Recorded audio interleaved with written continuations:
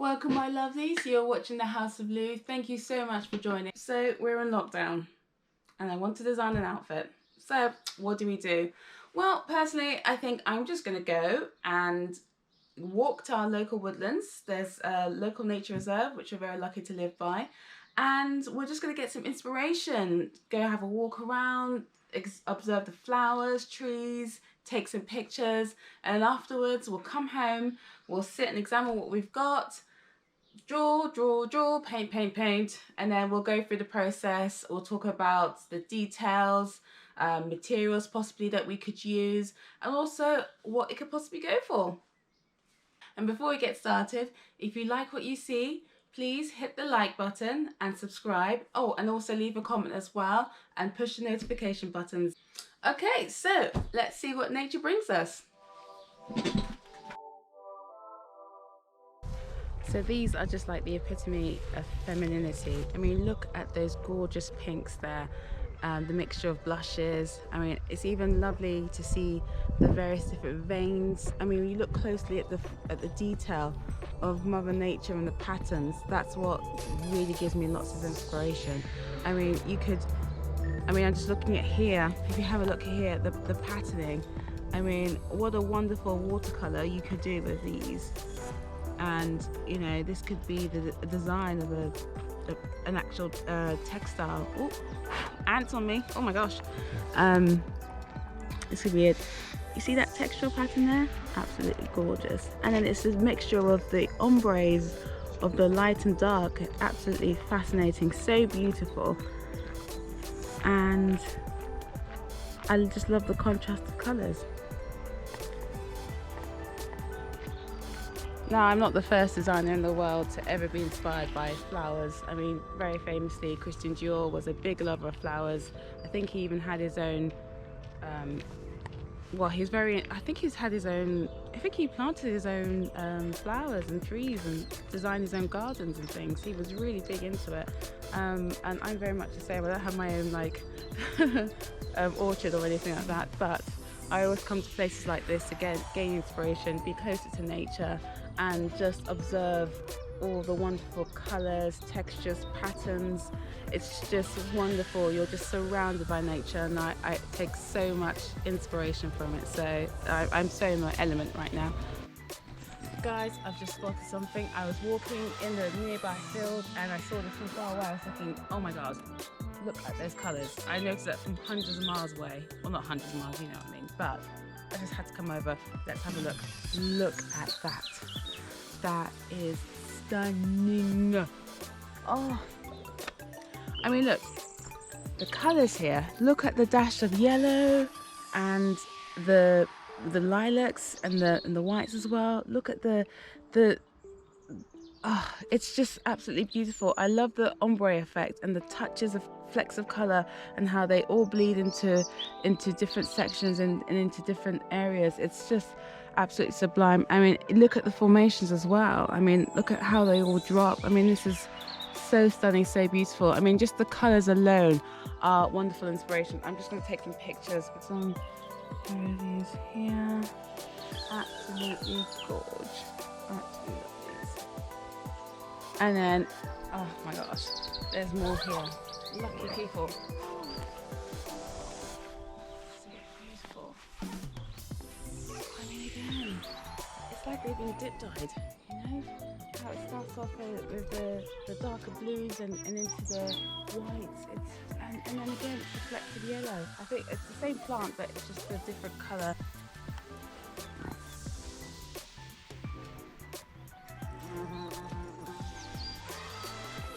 I mean, imagine all these in 3D. I mean, I'm sure there's been designers who have done it in 3D before, but these are just absolutely fantastic. Again, it's the colours, the light yellows and then the blush as well. Lovely colour combinations.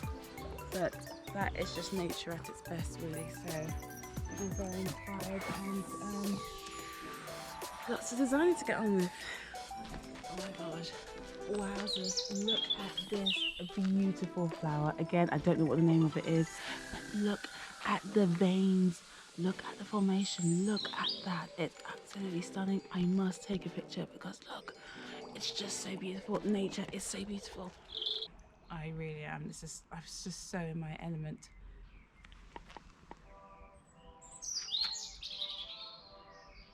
I mean, you could even, I mean, I'm looking at, you see, come here. Look at this, look at this.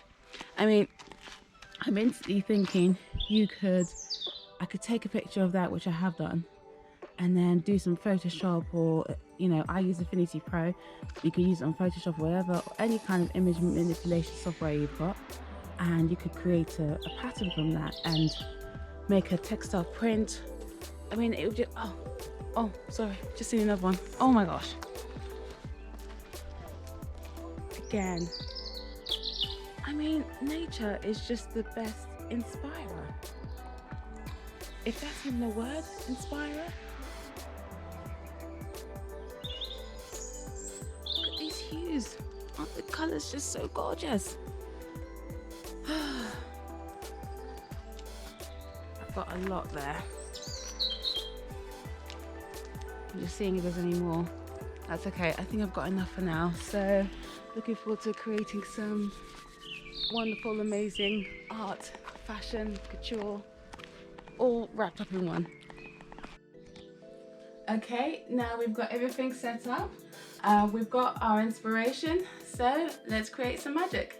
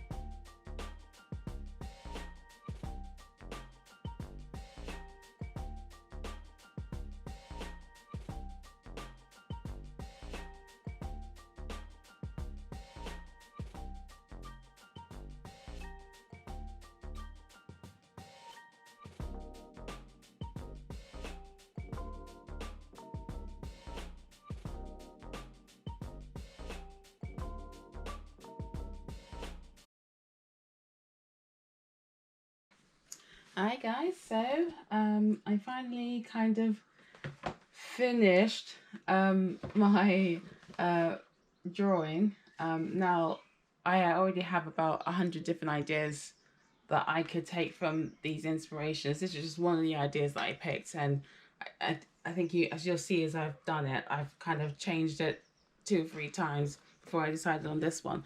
But an artist or designer will probably have a sketchbook hundreds of ideas. So this is just one thing. And as I say, I've probably got 100 different variations of this dress and different garment ensembles as well.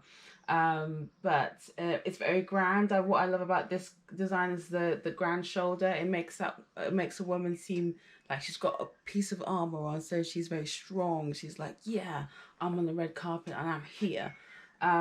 So with bodice as well, I'd imagine that there'd be a lot of embellishments and a lot of dip dyes in it as well. And this would probably be of a silk,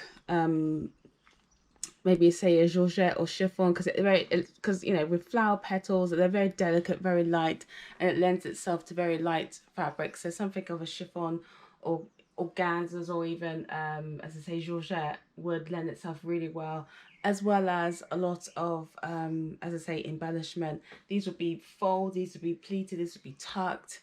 So it'd be very quite intricate and quite it'll be very labor intensive in the hand skills that we use, but it'll be absolutely sublime once it's done, because you just want to capture the beauty and the essence of the various different forms that you actually see in that leaf petals, sorry, in the flower petals. And yeah, it needs some great work in order to imbue that beauty, if I've made any sense at all. With the skirt part now, I think it would be an ombre sort of dip dyed effect. I love the way the colors are blending in. It's very much my thing. I love ombres. I love um, colors merging into one. I've always had a fascination with the rainbow since I was a little child and I knew how to draw. So I was always studying colors. I always love to know about what colors mean. And you know what I was attracted to with this flower is its regalness with the purples. And purples, obviously, not obviously, but for a lot of people, purple is regality. So I think that's why I was so drawn to it. And you know, with the women that I designed for, they are regal, they're royal, they are maybe not royal in the strictest sense, but they're very strong, very powerful women, very successful, and people who want to really stand out and be proud of who they are, what they've achieved, and want to feel like they're in their second skin and feel amazing and beautiful. So yeah, that's the power I'm trying to put into the dress, but then also it's that delicateness of the natural forms. It's again because we're looking at the flower and we're looking at the gentle nature of it. So I've got some more folds and pleats that I'd want to imbue here at the bottom of the hem, which will give it some volume and some more shape, which I think will contrast with the sleekness of the upper half of the skirt. So, well, yeah, skirt half anyway. It would be a full complete dress, but it will be made in several parts, and obviously the bodice part and the skirt part. So the design is done. What next? We would, well, we're in lockdown at the moment, but if we weren't in lockdown, I would take this design to the seamstress, and we would estimate how long this process would take. We would design on the pattern. We would design and decide on the pattern pieces, the structure of the dress, how it would look like, you know, flat, and how we would construct that as well. We would then go forward with the stages of this construction, making the what we'd call a toile, which is a draft dress, and then we'd size that up, see if we're happy with the toile, tweak the little you know, sizing issues that we have, and then we start the production. But then before that, actually rein it back a little bit, we would have to decide on fabrics as well. So I'd go and liaise with the fabric team, and we can decide the various different colors, the exact colors, the dyes, how we're going to embellish it, speak to the embroiderers as well. Once that's all finished, then we go into production, where the seamstresses will be liaising with the embroiderers and the fabric producers.